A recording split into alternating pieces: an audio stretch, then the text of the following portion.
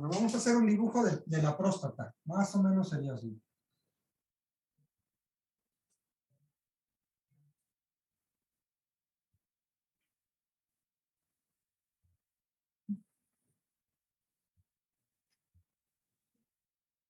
Si nosotros cortáramos a la próstata, así, de forma axial, aquí vamos a tener a nuestra uretra. Aquí está la uretra. La zona que estuviera pegada a la próstata, pegada a la uretra, a esto se le va a llamar la zona transicional, la zona de transición. Sería esta. La siguiente zona, esta, a esta se le va a llamar como la zona central. Y finalmente, la zona más externa se le va a llamar la zona periférica.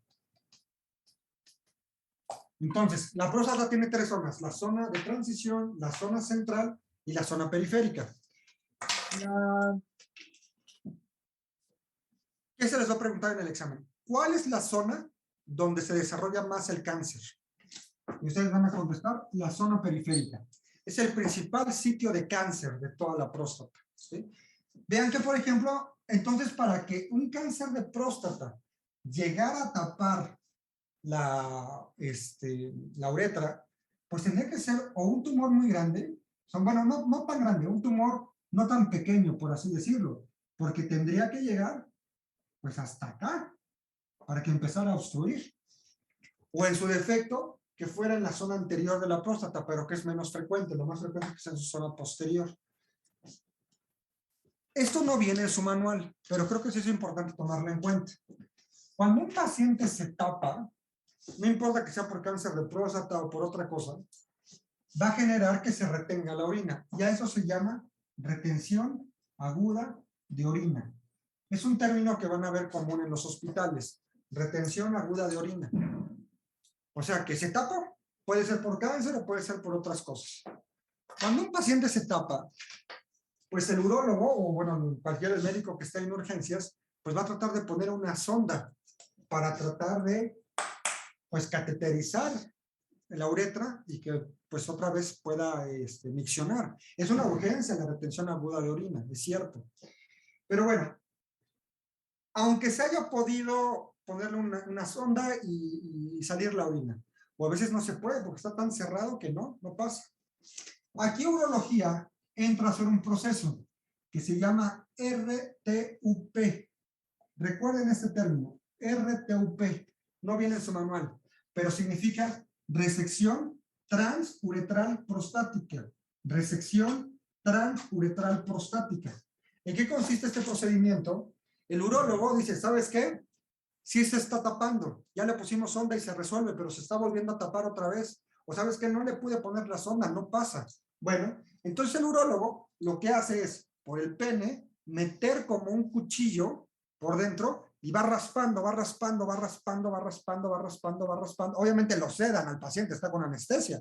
Imagínate, sería eso súper doloroso. O sea, raspa, raspa, raspa, raspa, raspa, raspa, para que entonces la uretra, pues otra vez tenga, pues esté libre la orina. Y en ese raspado, toma biopsia.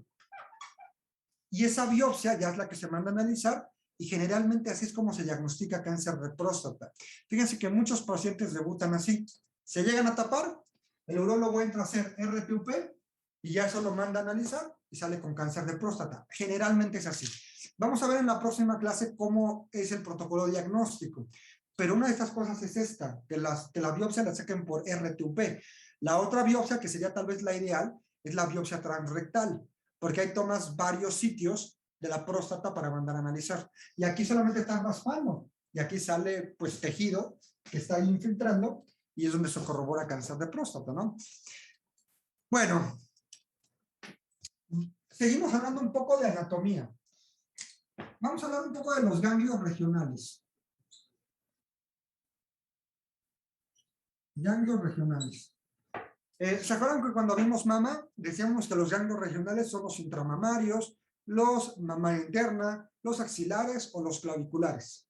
Después, cuando pasamos a pulmón, ustedes recordarán que hablamos sobre todos los niveles ganglionares mediastinales. ¿Se acuerdan de esa imagen de que los dividías en right o left? Dependiendo de todos los niveles hay ganglionares regionales. Cuando vimos colon y recto, no nos metimos tanto en ganglios regionales, porque prácticamente son los que están pegados. Pero ahora en próstata sí vamos a hablar un poco de los ganglios regionales. ¿Cuáles son? Son los de la pelvis verdadera. ¿Y cuáles son esos de la pelvis verdadera? Vamos a tener los pélvicos, los de hipogastrio, los de el obturador, los ilíacos y los sacros. Los pélvicos, los del hipogastrio, los del obturador, los ilíacos y los sacros. Es decir, todo ganglio que esté metido ahí en la pelvis. Si hay un ganglio que esté fuera de la pelvis, ya sería ganglio no regional. Y les comento esto porque me han llegado varios pacientes así. Por ejemplo, próstata que tenga ya adenopatías inguinales. La ingle ya no es regional. Próstata que me ha llegado con conglomerado retroperitoneal, ya más arriba. Eso ya no es ganglio regional, eso ya es enfermedad metastásica. Los ganglios regionales son los que están dentro de la pelvis verdadera. Bueno, empezamos con epidemiología.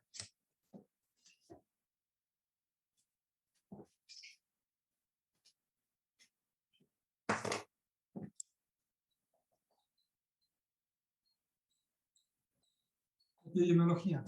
La edad de diagnóstico del cáncer de próstata, no nos las vamos a aprender, pero es alrededor de los 66 años. ¿Se acuerdan que decíamos mama 52 y de ahí en fuera todos los demás más de 60 años, salvo ciertas excepciones? Aquí 66 años. Pero vamos a hacer, aquí sí vamos a agregar un dato importante, la edad de muerte de los pacientes. Y aquí la edad promedio de muerte de los pacientes es a los 80 años. ¿Por qué les señalo esta edad? Porque fíjense cuánto es la diferencia de la edad de diagnóstico a la edad de muerte. Prácticamente 14 años. ¿A qué voy con esto? Que los pacientes con cáncer de próstata generalmente son crónicos y de buen pronóstico. Vamos a ver que la mayoría son localizados, ¿no? E inclusive aunque sean metastásicos, que es poco frecuente, pero como hay muchos, pues ese número se eleva, son de buen pronóstico la mayoría. Los tratas con hormonoterapia y se controlan bastante bien. Es cierto, seguramente algunos de ustedes han tenido algún conocido o algún familiar o algún conocido que haya tenido un cáncer de próstata letal. Sí, pero en general son de buen pronóstico. También depende de del número de metástasis y el estado funcional del paciente, es cierto. Pero vean, los 66 años es la edad de diagnóstico promedio y la edad de muerte a los 80. ¿A qué nos lleva esto? En que los pacientes son crónicos y que muchas veces esta edad de muerte no es por el cáncer de próstata directamente. Ya lo comentábamos cuando vimos epidemiología. Como son personas ya de edad avanzada, tal vez tienen múltiples comorbilidades y que probablemente eso es lo que haya muerto al paciente. Pero como aparte de eso tenía cáncer de próstata, pues la estadística se sube. Recordando un poco lo que veíamos en epidemiología, decíamos que en México el cáncer de próstata es la segunda causa tanto en incidencia como en mortalidad, debajo del cáncer de mama. Recuerden que mama era el primer lugar en incidencia y en mortalidad, pero próstata era el segundo, tanto en incidencia como en mortalidad. Hablando de etapas, ya les comenté la etapa localizada, no nos vamos a aprender el porcentaje, pero tienen que saber que es la más frecuente, en un 76%. No nos aprendemos números, que sepan que es la más frecuente. Regional, en un 13%. Metastásico, en un 6%. Entonces, la mayoría van a ser etapas localizadas, la mayoría. Factores de riesgo.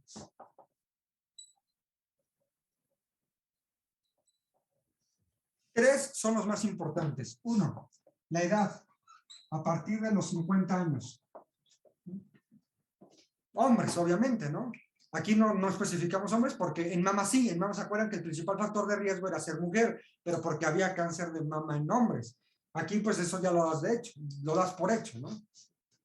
¿No has visto Hay un meme muy chistoso. ¿Qué dice? Llega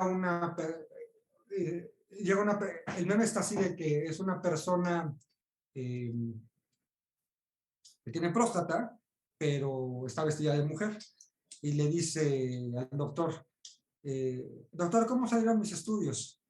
Y le dice, oiga, usted es hombre, ¿verdad? Y le dice, no, claro que no, yo soy mujer, yo soy mujer. Ah, bueno, tiene cáncer de próstata. Entonces, eso no es muy chistoso. ¿Sí? La edad, bueno, aquí pues sí es obviamente exclusivo de hombres, se los voy a pasar para que vean ese número. Edad, más de 50 años. Otro, la raza negra, también es un factor de riesgo importante para cáncer de próstata, tienen más tendencia a desarrollarlo. Y la mutación BRCA. Si bien cuando hablamos de BRCA decíamos que era mucho más importante en mama, en ovario, en mama en hombres, próstata es el tercer cáncer que tiene mucha importancia el BRCA mutado. Esos son los más importantes. Hay otros que, bueno, la evidencia no es tan fuerte, se han asociado, pero los más importantes son estos tres. ¿Cuáles son estos otros? El consumo de carne roja, la alta ingesta de calcio, la alta ingesta de zinc, la alta ingesta de productos lácteos. El tabaquismo es dudoso, pero parece ser que sí. La obesidad, procesos inflamatorios crónicos, por ejemplo, una prostatitis crónica,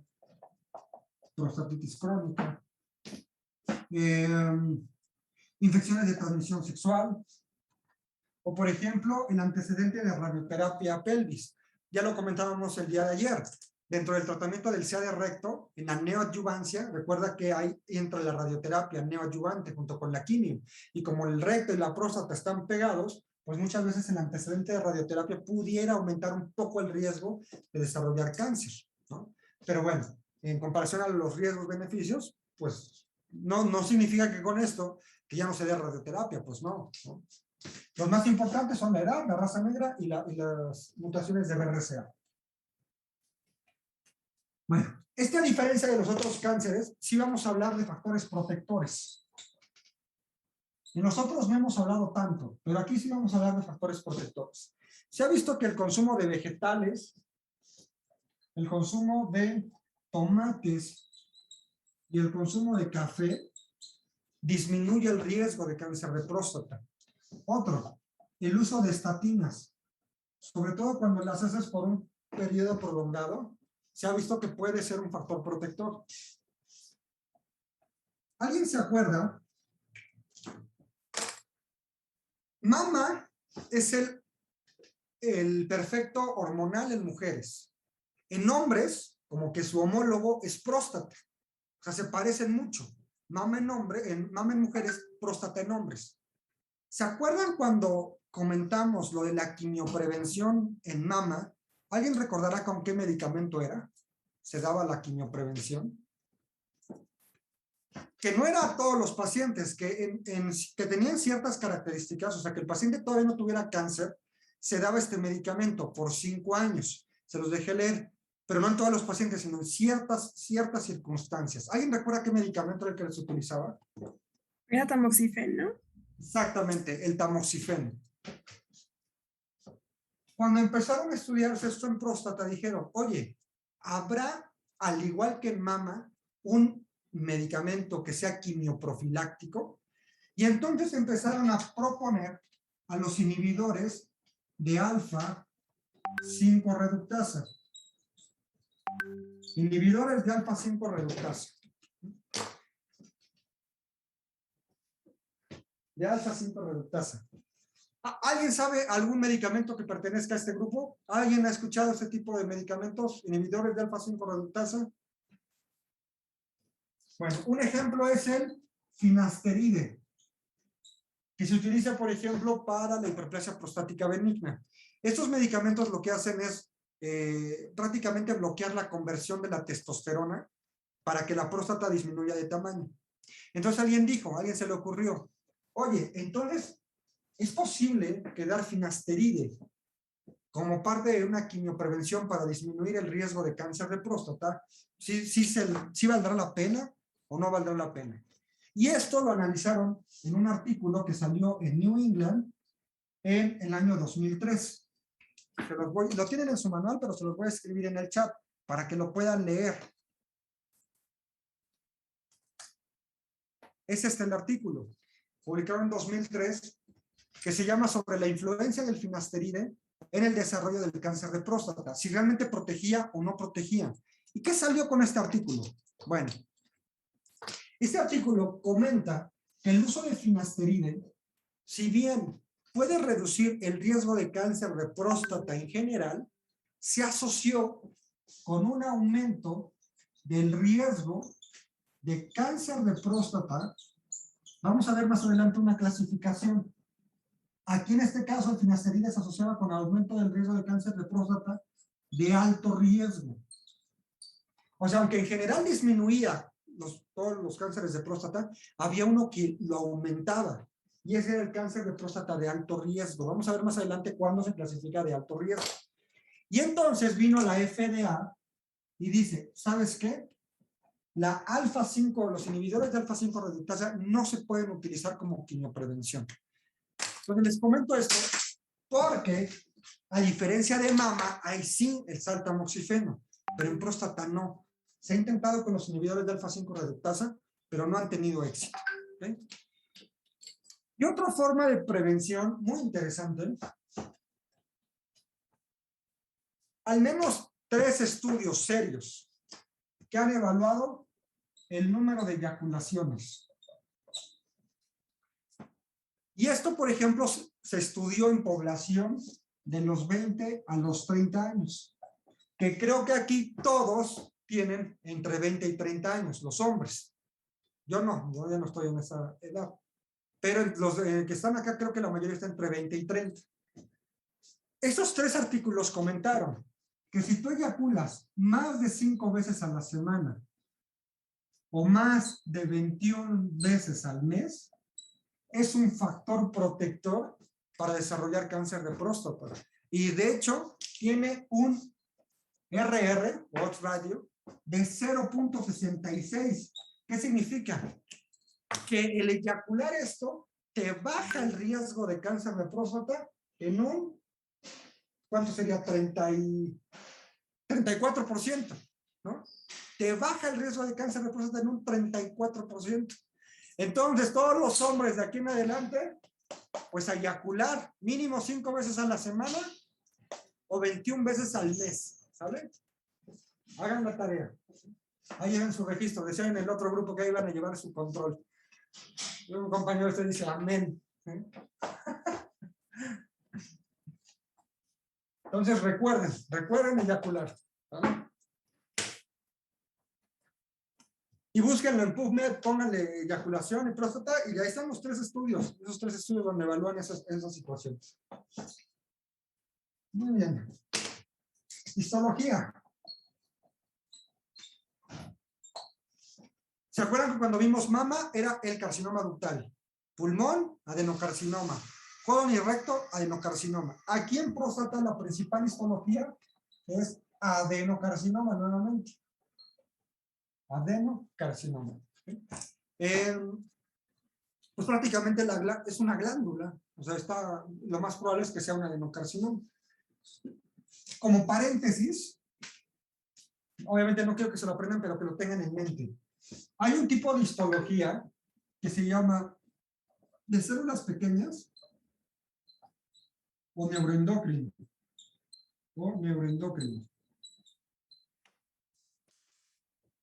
Este tipo de cáncer se presenta en el 0.3% de todos los cánceres de próstata. ¿Pero por qué se los menciono? Porque se comporta de forma totalmente diferente. Cuando es estos tipos de tumores, no aumentan el APE, o sea, no aumentan el antígeno prostático específico. Y otra, el tratamiento es totalmente diferente cuando tienes un tumor neuroendocrino o un cáncer de células pequeñas de próstata. Sucede muy poco frecuente, pero yo sí he tenido 2 pacientes así, y que te desconcierta mucho que tú ves el tumor ahí en la próstata, pero que el antígeno no se eleva, está negativo. Entonces, cuando tengan un paciente así, piensa, oye, ¿no será un neuroendocrino? o no será uno de células pequeñas de próstata, que aunque es poco frecuente, el 0.3%, pues si lo comparamos con la población de México, y que es uno de los principales cánceres a nivel mundial y en México, pues a lo mejor este 0.3% no es tan despreciable. Bueno, muy bien. Seguimos con cuadro clínico. Cuadro clínico.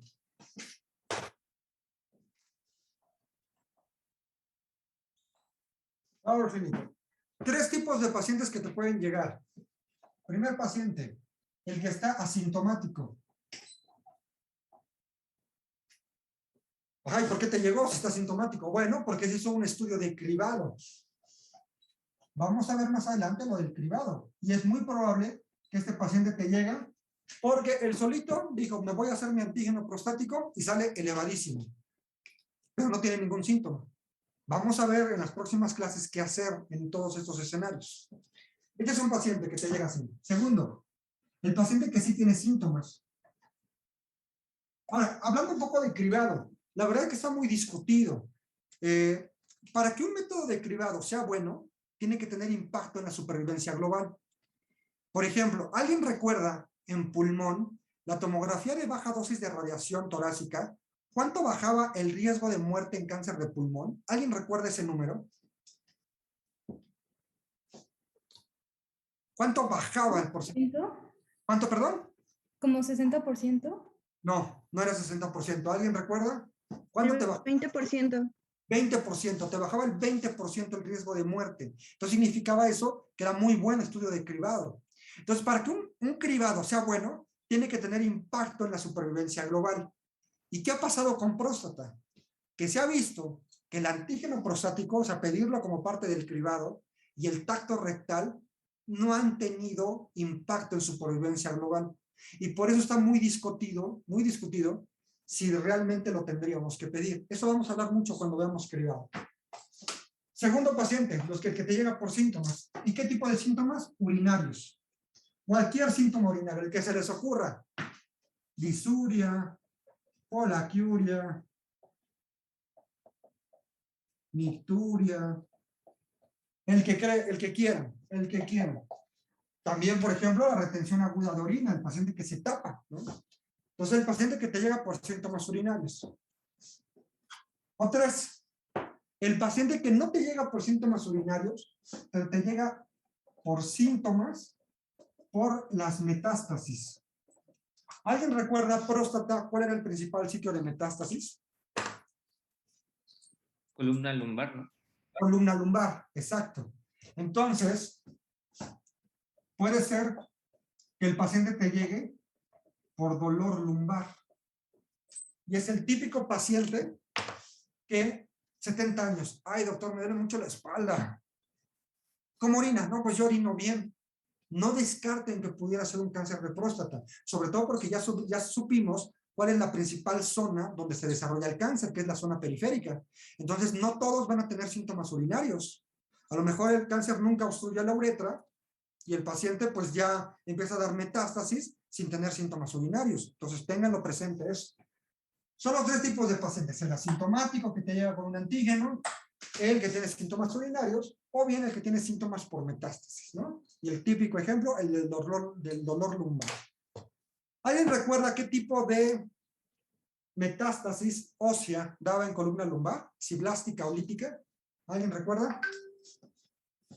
Blástica. Blástica, exactamente, blástica. ¿Sabe?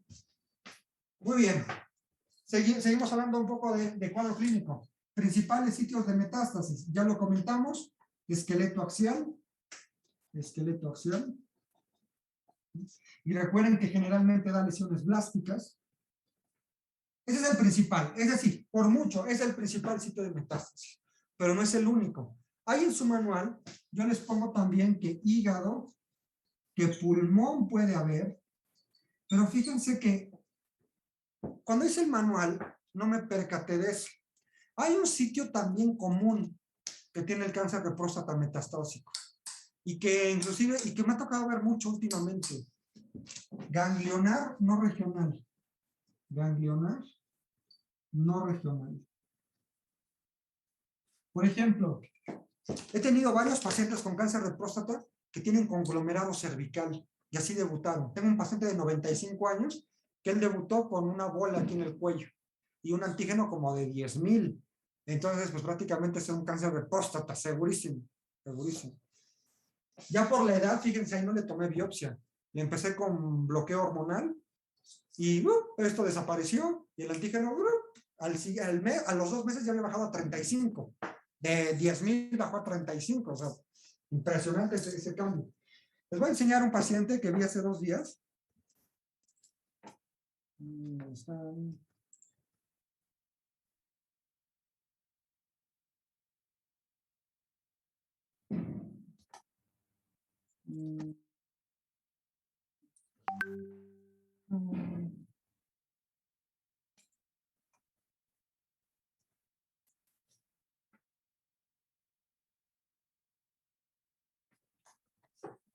Aquí está. Fíjense este conglomerado. Este es un paciente con cáncer de próstata. Chequen dónde está la columna. Fíjense, aquí está la columna. Todas las bolas que están acá, estas, es el conglomerado retroperitoneal. Vean en las otras imágenes. Vean aquí, por ejemplo, aquí. Todas esas bolas es conglomerado retroperitoneal de un próstata. Vamos a ver otra imagen. Vean el ilíaco. Cómo está destruido por tumor. Esta imagen sí dije, ay, no inventes. Llegó muy mal el paciente. Hace 5 meses yo no lo traté, lo trató el urólogo. Y, por lo que me decía el paciente, llegó muy, muy mal. Se le inició con Degarelix. Recuerden que el Degarelix es el antagonista de GnRH. Y ahorita a los 5 meses, como si nada el paciente. O sea, tienen muy buena respuesta, aunque sean metastásicos. Vean la columna. Si bien habíamos dicho que la mayoría son blásticas, muchas veces hay muchas lesiones líticas, se rompe el hueso.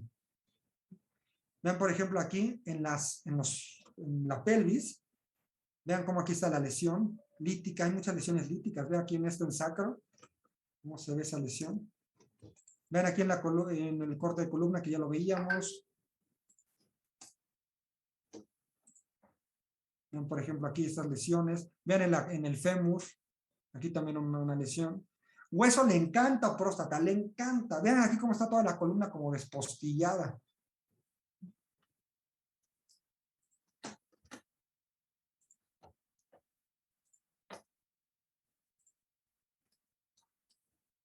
Ok. Muy bien.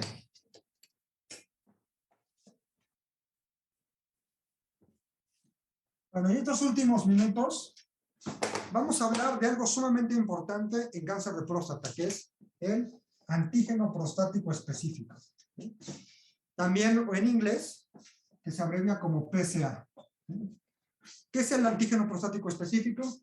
Es una glicoproteína. Se van a investigar de tarea cuál es la función del antígeno. ¿Tiene alguna función? ¿Esta glicoproteína sirve de algo? En su manual viene, pero investiguen cuál es la función del antígeno prostático específico. ¿Alguien se la sabe? Es súper interesante. O sea, yo antes de que estudiara esto, de hecho, antes de que hiciera el manual, porque en todo lo que estudié oncología nunca se me prendió el foco. Hasta que empecé a hacer el manual y dije, pues mira qué interesante, está súper interesante cuál es la función del antígeno prostático específico. Bueno, es una glicoproteína que tenemos que tomar en cuenta que es órgano específico. Órgano específico. Es decir, ningún otro órgano la libera. ¿Sí? O sea, ningún otro cáncer lo puede liberar. Es muy específico de la próstata, pero no es específico de cáncer. No es específico de cáncer. ¿Qué quiere decir esto? Que entonces cualquier enfermedad de la próstata te lo puede elevar el antígeno prostático. Una prostatitis, una hiperplasia prostática benigna, una infección de transmisión sexual. Desde que tú pongas una sonda, ya te puede elevar el antígeno prostático. Entonces, cualquier cosa que irrite a la próstata lo puede elevar, pero solamente la próstata. ¿Sí? Ese es por eso que es órgano específico, pero no específico de cáncer. ¿Cuánto es el valor normal hasta cierto punto y entre comillas? Es 4 nanogramos por mililitro. Este valor sí no los tenemos que aprender. 4 nanogramos por mililitro. Pero lo pongo entre comillas porque depende de muchos factores. Y uno de esos factores es la edad. Por ejemplo, si yo tengo de 40 a 49 años, lo esperado de antígeno que yo pudiera tener es menos de 2.5. Si yo tengo de 50 a 59 años, menos de 3.5. Si yo tengo de 60 a 69 años, menos de 4.5. Y yo si tengo de 70 o más, lo esperado es que tenga menos de 6.5. Menos de 2, menos de 3, menos de 4 y menos de 6.5. Entonces supongamos que alguna vez a tu papá, a tu abuelito, que tiene 80 años, le tomas un antígeno prostático y que te saliera en 6. Diría, ¡chin! Se escapa del 4, sí está elevado. Pues no, es esperado para la edad. Entonces recuerden, el 4 es como que un valor así rapidísimo, decir, ok, alrededor de 4, pero depende mucho de la edad, el antígeno, pues el resultado esperado. ¿Okay? Bueno.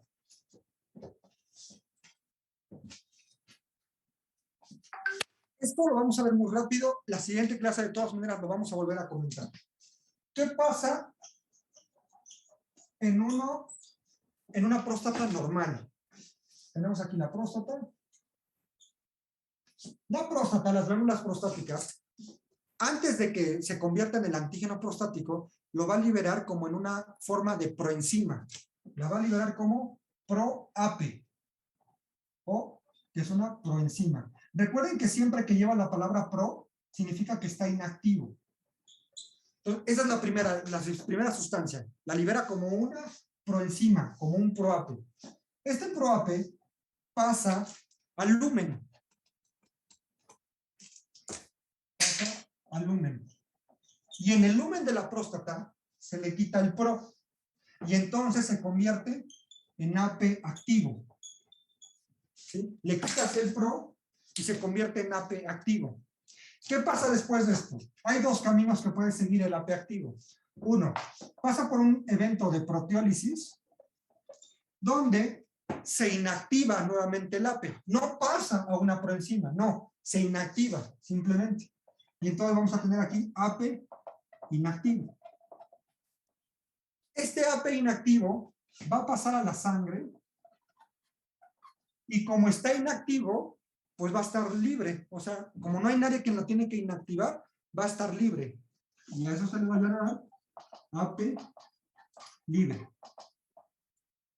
Ahora, a diferencia del otro camino que puede tomar, de AP activo dice, ¿sabes qué? Yo no paso por proteólisis, me paso directamente a la sangre. Pero en la sangre no puedes tener AP activo, se tiene que inactivar. Y para inactivarse se le pegan proteínas. 2 proteínas son las más importantes que se le pegan. La alfa-1 antiquimiotripsina,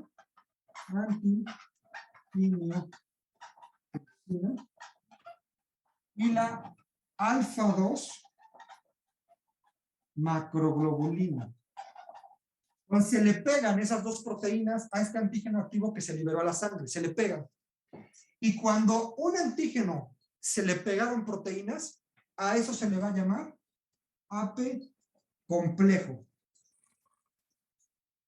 Entonces vean, hay 2 tipos de antígenos, el antígeno complejo y el antígeno libre. El antígeno complejo es al que se le pegaron las proteínas para inactivarlo. Y el AP libre, pues es el que no está unido a proteínas. Y no se le unieron proteínas porque cuando salió a la sangre ya estaba inactivo. ¿Ok? Esto pasa de forma normal en todos los hombres. Nos pasa esto. En la sangre tenemos ambos, tanto AP complejo como AP libre. La suma del AP complejo más el AP libre te va a dar el AP total. Entonces, cuando nosotros pedimos un laboratorio, que es pedirle un antígeno prostático, el que nos van a medir es el AP total. A menos que especifiquemos, oye, dime cuánto antígeno libre tengo. Y aparte, dime cuánto AP total. Pero si nosotros nada más le pedimos antígeno prostático específico, el que te van a determinar es la suma de ambos, del AP complejo y del AP libre. Lo normal es que tú de AP libre tengas más del 10% del AP total. O sea, que de tu AP total, la mayor parte sea AP complejo, pero que tengas más del 10% de AP libre. ¿Qué pasa en cáncer? Y con esto concluyo. En el cáncer, aquí tenemos a la próstata. Libera el ProAP.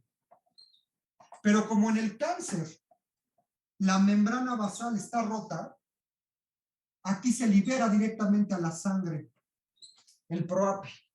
O sea, no pasa por todo este proceso.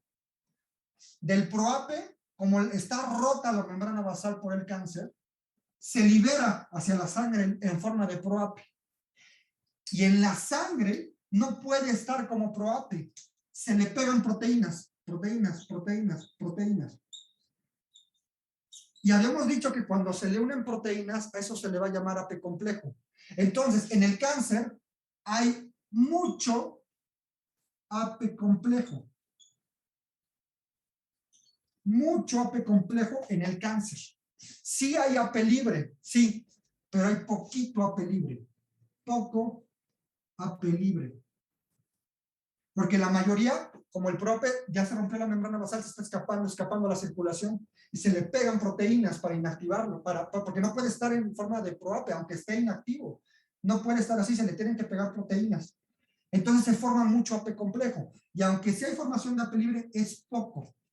Y el porcentaje aquí es que es menos del 10%.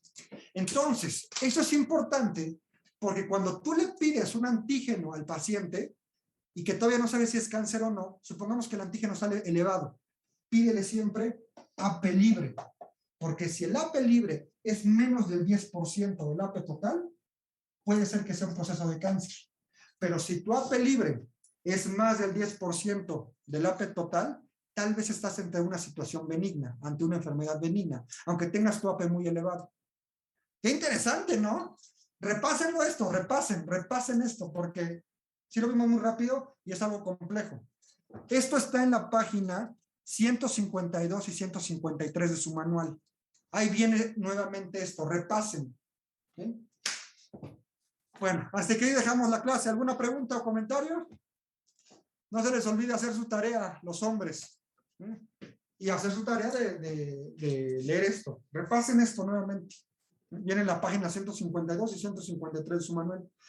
Nos vamos a ver hasta la próxima semana, miércoles, porque recuerden que martes es festivo.